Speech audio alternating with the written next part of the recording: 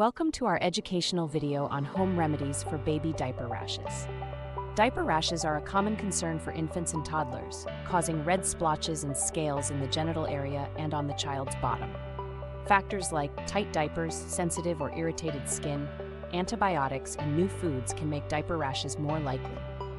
In most cases, you can treat mild diaper rashes at home with simple steps.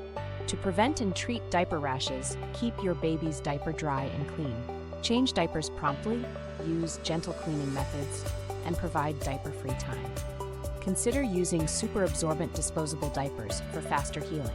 Choosing the right diaper size, using zinc-based creams, and avoiding fragrance products are essential. Alternative remedies like aloe vera gel or witch hazel may offer relief, but use them cautiously.